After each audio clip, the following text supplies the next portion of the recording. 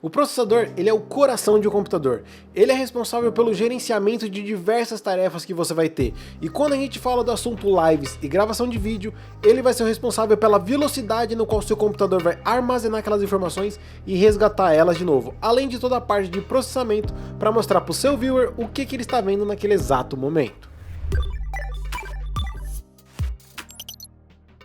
E aí pessoal, eu sou o Murilov, seja bem-vindo ao Criando Criadores, local esse onde a gente vai ter diversas conversas sobre o mercado de produção de conteúdo e reviews techs para que você continue melhorando seu conteúdo para um próximo nível. E o vídeo de hoje ele é muito especial, porque é o primeiro vídeo de uma série de vídeos que eu, em parceria com a Intel, para educar vocês e fazer com que vocês não errem na hora de você escolher seu processador. Então para você mostrar que curtiu o nosso trabalho e para que você não perca os próximos vídeos, não esquece de clicar no gostei e já se inscreve aqui no canal e ativa o sininho, porque assim conforme for saindo os próximos vídeos e as próximas atualizações, você vai ser notificado e assim você não perde nenhum episódio dessa série. Então vamos lá, como é que vai funcionar esse vídeo aqui? Eu separei 3 tópicos para conversar com vocês e explicar um pouquinho do impacto deles no seu computador e na hora que você for fazer sua produção de conteúdo. E no final do vídeo eu já deixei algumas recomendações para vocês. Lembrando que um desses kits tem DDR5, não é obrigatório para que você produza conteúdo, mas caso você já queira ter seu computador o mais atualizado possível, tudo bem, você pode ir lá adquirir. Mas lembrando, eu super recomendo o kit com DDR4 para produzir conteúdo. Primeiro tópico é: devo escolher um processador com gráfico integrado ou não? Essa pergunta ela é muito bacana porque quando a gente pensa, por exemplo, em live e a gente pensa em gráfico integrado, a gente já pensa em colocar toda a carga da nossa live no gráfico integrado do processador e desafogar um pouquinho a placa de vídeo, para que ela fique responsável somente pelo processamento do game. Isso é um pensamento mais ou menos assertivo. Quando a gente está falando de lives, você pode colocar a carga da placa de vídeo tranquilamente. Muitas placas de vídeo hoje, elas já têm chips nela que é onde fica a parte do codificador. Então toda aquela questão de processamento bruto de um game, ela fica separado da onde vai ficar responsável por renderizar um vídeo ou uma live. Então você pode colocar tranquilamente o peso de uma transmissão na sua placa de vídeo. Murilo, pensando assim então, eu posso simplesmente pegar um processador que não tenha vídeo integrado e por mim tá tudo bem, certo? Errado! O gráfico integrado de um processador, ele te ajuda muito em diversas etapas. Falando da live, por exemplo, ele vai te ajudar muito a desafogar a placa de vídeo. Ué, mas você disse... Calma, jovem gafanhoto. Ele vai te ajudar a desafogar algumas tarefas da placa de vídeo. Enquanto a placa de vídeo está responsável por codificar a sua live, enviar para Twitch e além disso pensar no game também, o processador com gráfico integrado ele vai te ajudar muito com serviços muito menores, manter a sua área de trabalho funcionando, algumas aplicações manter elas funcionando 100%, toda a parte de vídeo ela é somada também quando você abrir seu gerenciador de tarefas, então sempre que você vê que a placa de vídeo está chegando num certo limite, você tem um pouco de vídeo ainda do seu processador, no qual vai fazer com que algumas imagens acabem não perdendo qualidade, porque digamos que você tem um baita vídeo trabalhando, só que você tem um videozinho ali também dando um empurrãozinho, e dependendo do processador você tem um baita de um videozinho. E quando a gente fala sobre edição de vídeo, o processador ter vídeo integrado também te ajuda muito na hora que você for fazer uma sequência na sua timeline ou quando você quiser somente que o preview funcione de maneira muito mais fluida. Por mais que um processador que não tenha vídeo integrado talvez tenha frequências maiores e para resgatar certas informações ele acabe saindo na frente, o vídeo integrado não vai te deixar na mão e mesmo que você tenha uma placa de vídeo, ele sim ainda é útil para o seu computador. Segundo tópico, quantos núcleos e threads eu preciso ter? 6/12, 8/16, 10/16, 12/24? Quanto que eu preciso para começar a produzir meu conteúdo? Os núcleos e threads, eles basicamente vão funcionar como caminhos de informação que o seu processador vai ter. Eu nunca recomendo você pegar na escala de 1:1, principalmente em 2024. E o que é a escala 1:1? É um núcleo e um thread. Porque vamos imaginar que o núcleo é onde vai ficar armazenada a informação e o thread vai ser a nossa correntinha por onde a informação vai e volta. Quando você somente tem um núcleo e um thread, você tem aquela informação sendo gerada num ponto, ela vai, só que para ela voltar, ela tem que voltar pelo mesmo caminho. E quando você tem uma escala de 1:2, onde você tem um núcleo e 2 threads, a informação consegue ir por um ponto e voltar por outro, fazendo com que a transmissão de informação seja muito mais rápida. Então, obviamente que eu vou recomendar para você pegar algum processador que está à escala de 1:2, um núcleo e 2 threads.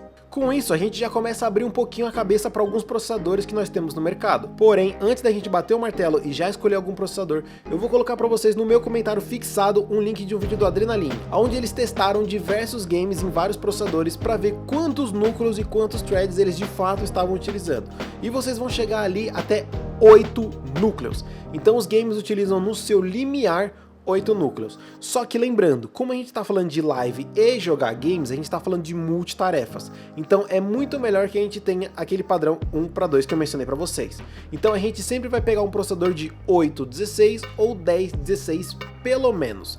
Lembrando que eu estou falando aqui para produção de conteúdo. Obviamente que você quiser um computador para games, você pode ir para algo muito mais simples. Mas para gravar vídeo, fazer live, tudo isso enquanto você joga seus games, é necessário um computador um pouco mais parrudo do que somente para jogar. E agora a frequência. A frequência é algo que você tem que tomar cuidado, porém não existe um limiar do quanto você de fato precisa para produzir seu conteúdo.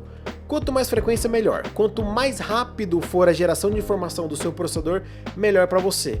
Porém, velocidades mais altas, temperaturas mais altas. Você vai gastar mais dinheiro em refrigeração. Lembrando que frequências mais altas também implicam em maior custo do seu processador. Então, o que eu vou recomendar para vocês? Processadores de mid-end. Processadores que costumam operar na faixa ali de 2 a 3 GHz e podem chegar com turbo a 4 ou 5 GHz de trabalho. Porque assim, conforme você estressa mais ele consegue te dar aquela velocidade de trabalho para não travar nenhuma das suas tarefas e ainda assim você consegue resfriar ele com um air cooler ou um water cooler mais mid-end também, algo ali entre 300 e 400 reais. Eu vou até colocar também um da Cooler Master que eu super recomendo que vocês tenham, tanto um air cooler quanto um water cooler. Então quando se trata de frequência, é muito mais difícil que eu fale para vocês, não, você precisa de 6 GHz, você precisa de 2 GHz, vai muito do uso da pessoa. Porém, é sempre bom a gente manter uma faixa de trabalho com um gap, no qual a gente pode estressar nosso computador, porque gravar vídeos, fazer live, jogar, tudo isso vai estressar demais nossa máquina. Então a gente tendo uma frequência legal de trabalho e resfriando bem o processador, a gente evita qualquer travamento, qualquer gargalo e qualquer perda de performance, que é super fácil de acontecer quando você está trabalhando com o seu computador. E agora finalmente eu vou mostrar para vocês qual foi o processador que eu escolhi baseado em tudo isso que eu falei para vocês. Lembrando, esse processador não é o perfeito para você fazer seu conteúdo. Lembrando, quanto melhor o processador, óbvio que ele vai te entregar mais performance, vai funcionar muito melhor em lives, em vídeo, nos games também. Porém, para você pelo menos começar a produzir seu conteúdo, ou para você fazer o seu primeiro upgrade para um processador que de fato vai dar conta de todas essas tarefas que eu falei, aqui é uma excelente escolha. Lembrando, você pode utilizar todos os conhecimentos que eu passei para vocês para fazer a escolha de outros processadores também, tá bom? Então eu escolhi para vocês o i5 13400F. Ele pega 2.5 GHz ou no turbo 4.6, que foi o que eu mencionei para vocês também. Ele tá saindo por R$ 1.200 e ele tem, ó, 10 cores e 16 threads. Então esse carinha aqui para multitarefas é tranquilo. Além dele ter pelo menos 8 núcleos, que é o que eu falei para você que os games estão utilizando hoje em dia, ele ainda tem 16 threads para fazer todo aquele caminho de informação e fazer com que toda essa passagem seja cada vez mais rápida, tá? E os dois kits que eu vou selecionar para vocês são esses aqui, ó. Caso você queira ficar no DDR4, eu já mantive para vocês 16 GB de VRAM, porém a placa-mãe é uma placa de entrada, tá bom? Eu não quis gastar tanto dinheiro aqui, mas caso você queira pegar outra placa-mãe, também pode, tá? Eu peguei o H610, que é somente de novo de entrada, não tem a melhor dissipação, não tem a melhor entrega nos seus VRMs, porém ela já é muito ok para que você consiga fazer um upgrade, ou caso você já tenha essa placa-mãe aqui, você saber que ela já suporta o 13400F. Talvez você só tenha que atualizar a BIOS ali, depende muito da placa que você tiver, tá bom?